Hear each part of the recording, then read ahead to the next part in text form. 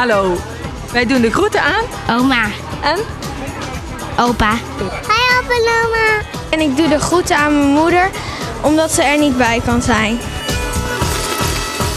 Ik ben Joey uit Steenwijk en ik doe de groeten aan papa. En ik doe de groeten aan tante Liesbeth, tante Thea Sparridans. Ik wil graag de groeten doen aan mijn vader, aan Peter, mijn vriend. Aan de groeten aan papa. Ik ben Errol en ik doe de groeten aan Bert en mijn moeder. Opa en oma. Groeten opa oma. En ik ben 5 jaar.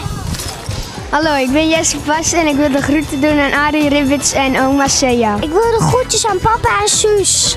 Ik ben Olaf en ik doe de groetjes aan opa en oma Knecht.